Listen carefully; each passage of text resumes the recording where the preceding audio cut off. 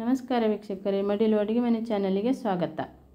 ಇವತ್ತು ಸಾಂಪ್ರದಾಯಿಕವಾದಂಥ ಕಜ್ಜಾಯ ಅಥವಾ ಅತ್ರಸ ಹೇಗೆ ಮಾಡೋದಂತ ನೋಡೋಣ. ವೀಕ್ಷಕರೇ, ಇದುವರೆಗೆ ನನ್ನ ಚಾನಲನ್ನು ಯಾರು ಸಬ್ಸ್ಕ್ರೈಬ್ ಆಗಿಲ್ಲ ಅಂದರೆ ಈ ಕೂಡಲೇ ಸಬ್ಸ್ಕ್ರೈಬ್ ಆಗಿ ಬೆಲ್ ಬಟನನ್ನು ಕ್ಲಿಕ್ ಮಾಡಿ. ನಾನು ಹಾಕುವ ಎಲ್ಲ ರೆಸಿಪಿಯನ್ನು ಲೈಕ್ ಮಾಡಿ ಮತ್ತು ಶೇರ್ ಮಾಡಿ. ಕಜ್ಜಾಯ ಮಾಡಲಿಕ್ಕೆ ನಾನು 2 ದೊಡ್ಡ ಗ್ಲಾಸ್ ಆಗುವಷ್ಟು ದೋಸೆ ಅಕ್ಕಿಯನ್ನು ತಗೊಂಡಿದ್ದೆ. ನೋಡಿ, ಈ ಥರ ಅಕ್ಕಿ ದೋಸೆ ಮತ್ತು ಇಡ್ಲಿ ಮಾಡುವ ಅಕ್ಕಿಯಲ್ಲಿ ಚೆನ್ನಾಗಿ ಬರುತ್ತೆ. ಇದನ್ನೊಂದು ಪಾತ್ರೆ ಹಾಕ್ಕೊಂಡು ಚೆನ್ನಾಗಿ ತೊಳೆದು 4 ಅವರ್ ನೆನೆಸಿಟ್ಟಿರ್ತೇನೆ.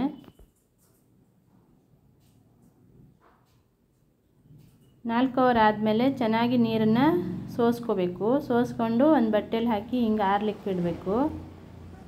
ಚೆನ್ನಾಗಿ ನೀರಿನ ಅಂಶ ಎಲ್ಲ ಹೋಗಬೇಕಾಗಿರುತ್ತೆ. ಅದು ನೆರಳಲ್ಲಿ ಒಣಸ್ಕೊಳ್ಬೇಕು. ಪ್ಯಾನ್ ಗಾಳಿಯಲ್ಲಿ ಒಣಸಿದ್ರೂ ಆಗುತ್ತೆ. ನೋಡಿ, ಹೀಗೆ ಉದುರಾದ್ಮೇಲೆ ಇದನ್ನು ಮಿಕ್ಸಿಯಲ್ಲಿ ಪುಡಿ ಮಾಡ್ಕೊಳ್ಳೋಣ.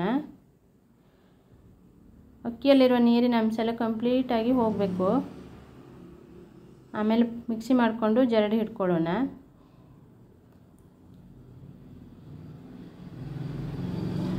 ಹಿಟ್ಟನ್ನು ನೈಸಾಗಿ ಮಾಡ್ಕೊಳ್ಬೇಕು, ಹಾಗಾಗಿ ಜರಡಿ ಮಾಡ್ಕೋಬೇಕಾಗತ್ತೆ. ಎಲ್ಲ ಹಿಟ್ಟನ್ನು ಹೀಗೆ ಕಂಪ್ಲೀಟಾಗಿ ನೈಸಾಗಿ ಪುಡಿ ಮಾಡಿಕೊಂಡು ಸೈಡಲ್ಲಿ ಇಟ್ಕೊಳ್ಳೋಣ. ಈಗ ಬೆಲ್ಲದ ಪಾಕವನ್ನು ರೆಡಿ ಮಾಡ್ಕೊಳ್ಳೋಣ. ನಾನು 2 ಲೋಟ ಅಕ್ಕಿಗೆ 2 ಲೋಟ ಬೆಲ್ಲ ತಗೊಂಡಿದ್ದೆ. 1 ಸ್ಪೂನ್ ಆಗೋಷ್ಟು ಕಡಿಮೆ ಮಾಡಿದ್ದೆ ಬೆಲ್ಲ ಅಷ್ಟೇ. 2 ಲೋಟಕ್ಕೆ 2 ಲೋಟ ಬೆಲ್ಲ ಇದ್ದರೂ ಪರವಾಗಿಲ್ಲ. 1 ಸ್ಪೂನ್ ಕಾಳುಮೆಣಸು, 3 ಏಲಕ್ಕಿ, 1 ಬಾಳೆಹಣ್ಣು, 1 ಮುಷ್ಟಿ ಆಗೋಷ್ಟು ತೆಂಗಿನಕಾಯಿ ತುರಿ ತಗೊಂಡಿದ್ದೆ. ಹಸಿ ತೆಂಗಿನಕಾಯಿ ತುರಿನೇ ತಗೊಂಡಿದ್ದೆ. ಈಗ ತೆಂಗಿನಕಾಯಿ ತುರಿ, ಬಾಳೆಹಣ್ಣು, ಏಲಕ್ಕಿನ ಫಸ್ಟು ಮಿಕ್ಸಿಯಲ್ಲಿ ನುಣ್ಣಗೆ ರುಬ್ಕೊಳ್ಳೋಣ. ಆಮೇಲೆ ಕಾಳುಮೆಣಸನ್ನು ಹಾಕಿ ತರ್ತರಿ ಮಾಡಿಕೊಂಡ್ರೆ ಆಯಿತು. ಕಾಳುಮೆಣಸು ಏಕೆಂದರೆ ಅದು ತಿನ್ನುವಾಗ ಕಾಳುಮೆಣಸು ತರ್ತರಿ ಇದ್ದರೆ ಚೆನ್ನಾಗಿರುತ್ತೆ.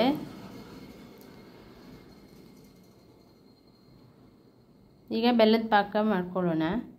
ಒಂದು ಸ್ವಲ್ಪ ನೀರು ಹಾಕ್ತಾಯಿದ್ದೆ. ನೋಡಿ,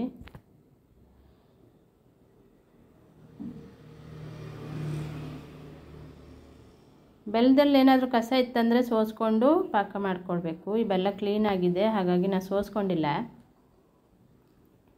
ಈಗ ಪಾಕ ಬರ್ತಾ ಇದೆ. ಒಂದು ಪ್ಲೇಟಲ್ಲಿ ನೀರು ಹಾಕ್ಕೊಂಡು ಅದರಲ್ಲಿ ಚೆಕ್ ಮಾಡ್ಕೊಳ್ಳೋಣ. ನೋಡಿ, ಈ ರೀತಿ ಚೆಕ್ ಮಾಡ್ಕೊಳ್ಬೇಕು. ಪಾಕ ಈಗ ಬಂದಿದೆ. ಈ ಹದದಲ್ಲಿದ್ದರೆ ಆಯಿತು ವೀಕ್ಷಕರೇ. ಈಗ ರುಬ್ಬಿದಂಥ ಮಿಶ್ರಣವನ್ನು ಹಾಕಿ ಸೇರಿಸ್ಕೊಳ್ಳೋಣ. ಅಕ್ಕಿ ಹಿಟ್ಟನ್ನು ಸ್ವಲ್ಪನೇ ಹಾಕ್ಕೊಂಡು ಮಿಕ್ಸ್ ಮಾಡ್ಕೊಳ್ಬೇಕು. ಒಮ್ಮೆ ಎಲ್ಲವನ್ನು ಹಾಕಿದ್ರೆ ಗಂಟಾಗಿಬಿಡುತ್ತೆ. ಹಾಗಾಗಿ ನಾನು ಸ್ವಲ್ಪನೇ ಹಾಕ್ಕೊಂಡು ಮಿಕ್ಸ್ ಮಾಡ್ಕೊಂಡಿದ್ದೆ.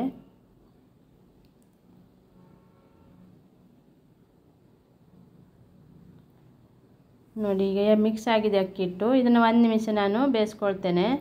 1 ನಿಮಿಷ ಬೆಂದರೆ ಸಾಕು, ಅಕ್ಕಿ ಹಿಟ್ಟು ಬೆಂದ್ಬಿಡುತ್ತೆ. ಆಮೇಲೆ ಒಲೆಯನ್ನು ಆರಿಸ್ಬಿಟ್ಟು ಸೈಡಲ್ಲಿ ಇಟ್ಟು ಮುಚ್ಚಿ ಇಡೋಣ. ನೋಡಿ, ಈಗ ಮುಚ್ಚಿಟ್ಟಿರ್ತೇನೆ 1 ಅವರ್ ನಾನು.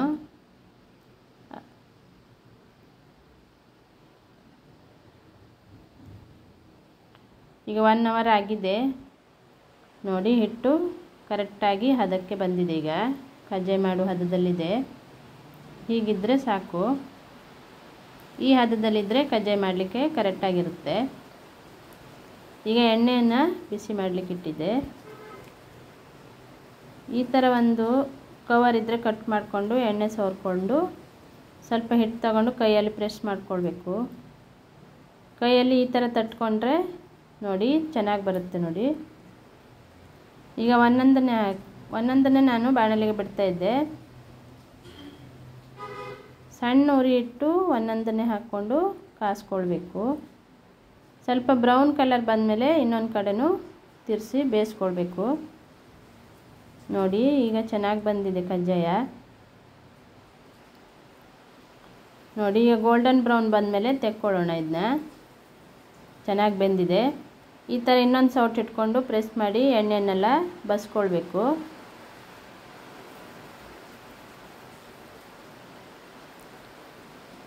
ಹಾಗೆ ಇನ್ನೊಂದನ್ನು ಹಾಕ್ತಿದ್ದೆ. ನೋಡಿ, ಬಾಣಲಿಗೆ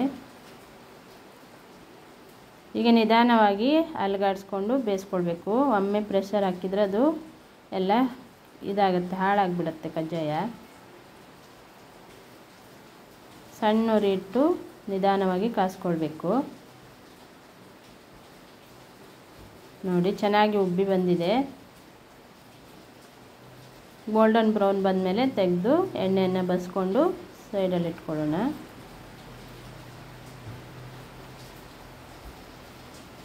ವೀಕ್ಷಕರೇ, ನೀವು ಒಮ್ಮೆ ಇದೇ ಹದದಲ್ಲಿ ಮಾಡ್ಕೊಳ್ಳಿ, ಚೆನ್ನಾಗಿ ಬಂದಿದೆ ಕಜ್ಜಾಯ.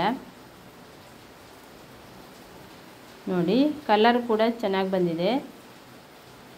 ಬೆಲ್ಲ ಮತ್ತು ಅಕ್ಕಿ ಕರೆಕ್ಟಾದಂಥ ಹದದಲ್ಲಿತ್ತಂದರೆ ಕರೆಕ್ಟಾಗಿ ಬರುತ್ತೆ. ವೀಕ್ಷಕರೇ, ಹೀಗೆ ನನ್ನ ಹೊಸ ಹೊಸ ರೆಸಿಪಿಗಾಗಿ ನನ್ನ ಚಾನಲನ್ನು ಸಬ್ಸ್ಕ್ರೈಬ್ ಆಗಿ, ಲೈಕ್ ಮಾಡಿ, ಬೆಲ್ ಬಟನನ್ನು ಕ್ಲಿಕ್ ಮಾಡ್ಕೊಳ್ಳಿ. Thank you.